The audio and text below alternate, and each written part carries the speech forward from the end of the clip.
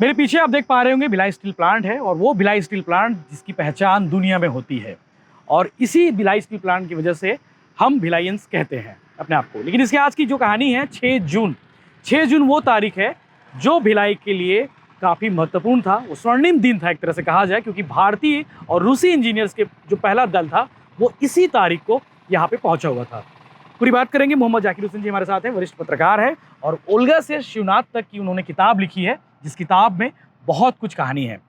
भैया 6 जून 2000, उस समय, आज तो 2023 है, और हम फ्लैशबैक में जाते हैं 6 जून सन 1955 में। क्या कुछ था वो तारीख, क्या कुछ 6 जून का भिलाई के लिए ये महत्व है कि हमारी कहानी जो एक्चुअल जो धरातल पे वो 6 जून से चालू होती है। अब कैसे चालू होती है कि 2 फरवरी 1955 को एग्रीमेंट साइन हुआ भारत और तत्कालीन सोवियत संघ के बीच में कि हिंदुस्तान में 1 मिलियन टन का यानी 10 लाख टन का एक स्टील प्लांट लगाएंगे, कोलैबोरेशन विद यूएसएसआर। तो एग्रीमेंट साइन हुआ, उसके बाद में सारी जो प्रोसेस आगे बढ़ता है तो दिल्ली में फिर श्रीनाथ मेहता पहले जनरल मैनेजर बनाए गए भिलाई स्टील प्रोजेक्ट के नाम पे जी। और उनकी नियुक्ति हुई। उसके बाद में रूसी लोगों से बातचीत चालू हुई। सब कुछ तय होने के बाद में रूस के और हिंदुस्तान के इंजीनियर मिला के और इंटरप्रेटर मिला के टोटल 11 लोग जी। जो है वो एक दिन पहले 5 जून को नागपुर पहुंच गए थे, और 6 जून को सुबह सुबह नागपुर से वो लोग अपने अपने गाड़ी में, मतलब नागपुर तक ट्रेन में आया हूं। नहीं, नागपुर तक फ्लाइट से आए थे, दिल्ली से नागपुर फ्लाइट।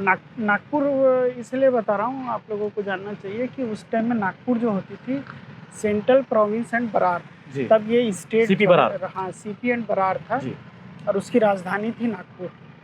तो वहीं नागपुर में ही मुख्यमंत्री और सारे मंत्री और सारे अफसर वहाँ पे होते थे। तो श्रीनाथ मेहता जिनका मैं नाम बता रहा हूँ वो सीपी बरार गवर्नमेंट के एम्प्लॉय थे, आईसीएस ऑफिसर थे जी। और उनको जो है पहला ये बनाया गया था भिलाई स्टील प्रोजेक्ट का पहला जनरल मैनेजर।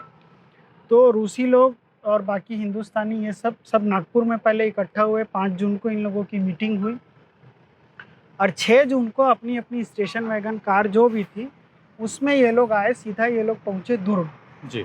दुर्ग उस टाइम में बहुत छोटा सा कस्बा था और ज़िला तो था, और सर्किट हाउस के नाम पे महज 2 झोपड़ियाँ थी जी। और कुछ नहीं था, चारों तरफ मैदान था। और ये 11 लोग थे। इनके रूसी काउंटर पार्ट थे जो इनके साथ में आए थे NG क्रोटेनकोव जी, वो पहले चीफ इंजीनियर थे भिलाई के, और उनके साथ में और भी लोग थे, बाकी लोग। और श्रीनाथ मेहता जी के साथ में कुरतेज सिंह थे। कुरतेज सिंह उस टाइम में वाटर वर्क्स इंजीनियर थे, और उनको डिप्टी इंजीनियर सिविल ऐसा बना के भेजा गया था उस टाइम में। तो ये इतने टोटल 11 लोग बाई रोड जो है वो दुर्ग आए थे। और जो 2 झोपड़ी बता रहा हूँ, चूँकि 11 लोग थे ये लोग, और 11 लोगों में भी ज़्यादातर रशियंस थे। वो रशियंस थे जो माइनस डिग्री में रहने के आदी थे जी। जिनके लिए माइनस डिग्री टेम्परेचर जो है वो आम चीज़ था। उनको यहाँ 42 से ऊपर का टेम्परेचर जो है उसमें वो लोग यहाँ पे आए। और एक जज्बा था, चाहे वो हिंदुस्तानी लोग हों चाहे रशियन लोग हों, सब में एक जज्बा था कि हम एक निर्माण के लिए आए हैं, है ना। और हिंदुस्तानी लोगों में भी एक जज्बा था कि हम देश को तरक्की दें, नए भारत, उस समय 1947 के बाद नया भारत बनाना जी। तो ये सारे के सारे यहाँ पे आए और देखे 2 झोपड़ी। तो इनके लिए व्यवस्था ये की गई कि चूँकि गर्मी का दिन था, तो चूँकि अंग्रेज़ी शासनकाल में डाक बंगला हुआ करते थे, तो सारे डाक बंगले आसपास के जितने थे वहाँ से तख्त, खटिया जिसको बोलते हैं ना, वो मंगवा ली गई थी और तंबू लगवाए गए थे जी। क्योंकि संभव नहीं था तुरंत कोई मकान बनाया जाए या AC लगाया जाए, ऐसा तो वो उस टाइम में कोई कल्पना ही नहीं की जा सकती।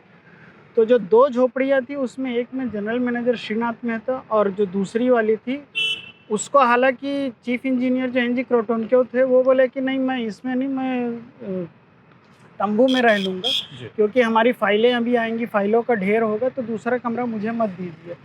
तो ये था, लेकिन हालांकि दूसरा कमरा भी उनको दिया गया आराम करने के लिए। वो तो दोनों अभी भी है झोपड़ी वहाँ पे? हाँ वो है, वो अभी भी। आप नया सर्किट हाउस देखेंगे उसके जस्ट पीछे देखेंगे तो वो 2 कमरे वो दिखता ही है, 2 जो है। तो इस तरीके से वहाँ से भिलाई की कहानी शुरू हुई। फिर और भी लोग आते गए। और फिर वो लोग आते गए, कारवां बनता कारवां बढ़ता गया। वो 6 जून लेकिन काफी ऐतिहासिक दिन है। हाँ, 6 जून ऐतिहासिक। तो ये इमारत उससे जुड़ी हुई चीजें हैं। ये इसको ये स्मारक ओबेलिस्क है। कहा जाता है, स्मारक। जी तो ये भारत और रूस की दोस्ती को दिखाने के लिए कि स्मारक यहाँ पे जी कारखाने के ठीक सामने बनाया गया ये जो है। जी। और अलेक्सी कोसिजिन ने इसकी नींव रखी नींव थी। रखी थी। अलेक्सी इस पे लिखा है कोसिजिन भारतीय उस रूसी टाइम में मैत्री के इस्पात। रूस के बड़े नेता थे और बाद में प्रधानमंत्री हुए। जी और ये फिर कुछ दिनों बाद क्रुश्चेव भी आए थे भिलाई 1960 में भिलाई के दौरे पे। तो उनके भाषण का एक बड़ा फेमस कोट है कि भारतीय रूसी मैत्री भिलाई के इस्पात के समान सुदृढ़ हो। जी तो ये क्रुश्चेव ने ये बात भिलाई में भी कही थी। आज जो सिविक सेंटर आज तो खैर काफ़ी आबाद हो चुका है, वहाँ पहले मैदान था। जी तो वहाँ पे क्रुश्चेव की आम सभा हुई थी, उसमें भी उन्होंने ये कोट कहा था। और संसद में भी क्रुश्चेव ने संबोधित किया था संयुक्त अधिवेशन को। जी। वहाँ पे भी उन्होंने भिलाई की तारीफ में ये शब्द कहा था। तो एक लगभग एक क्रुश्चेव की अमर वाणी बोल अमर वाणी सकते हो अभी कि भी हाँ ये है। इमारत पे है। तो ये क्रुश्चेव ने कहा था। और जब भिलाई प्रोजेक्ट काम शुरू हो गया जी तो जवाहरलाल नेहरू का तो ड्रीम प्रोजेक्ट था। जी। तो जवाहरलाल नेहरू यहाँ 16 दिसंबर 1957 को पहले दौरे पे आए थे। जी। तो तब उन्होंने जो विजिटर बुक होती उसमें ये कोट लिखा था। उनके साथ राजीव जी भी थे क्या उस समय? नहीं। हाँ, राजीव गांधी थे। जी। 13-14 साल के हाफ पैंट बन गए थे। हाँ, 13 राजीव गांधी थे और बर्मा के प्रधानमंत्री ऊन थे। जी जी। तो एक सपना साकार हो रहा है, ऐसा जवाहरलाल नेहरू नेहरू लिख के कोट गए थे। को। वो सपना साकार हो चुका है। जी। तो ये थी 6 जून की कहानी जो आपको जानना जरूरी था, हर भिलाइयंस को जानना जरूरी, क्योंकि 6 जून की तारीख क्या थी जाकिर भैया ने पूरी कहानी बताई है। और एक और कुछ दिखाने वाले क्या? अच्छा नहीं, वही ये रूसी भाषा में भी रूसी लिखा भाषा। हुआ अच्छा, है। रूसी भाषा में लिखा हुआ है। क्रुश्चेव का जो कोट क्रुश्चेव का है जो है जी। ये रूसी में भी लिखा हुआ है। ठीक है, बाकी क्रुश्चेव जी के बारे में हम बाकी जानेंगे, बताएंगे आपको बने रही भिलाइडेंस के साथ में। हमें लगा कि 6 जून की तारीख काफ़ी महत्वपूर्ण तारीख थी, वो तारीख आपको बतानी चाहिए, वो तारीख की कहानी आपको बतानी चाहिए। और क्या भिलाई की कहानी बनने की जो कहानी थी वो शुरुआत हमने आपको आज 6 जून के माध्यम से बता दी है। तो इस तरह के बाकी अपडेट्स के लिए बने रही भिलाई के साथ में, चैनल को सब्सक्राइब जरूर करें और क्या जानना चाहिए भिलाई के बारे में वो कमेंट करके जरूर बताएं। धन्यवाद।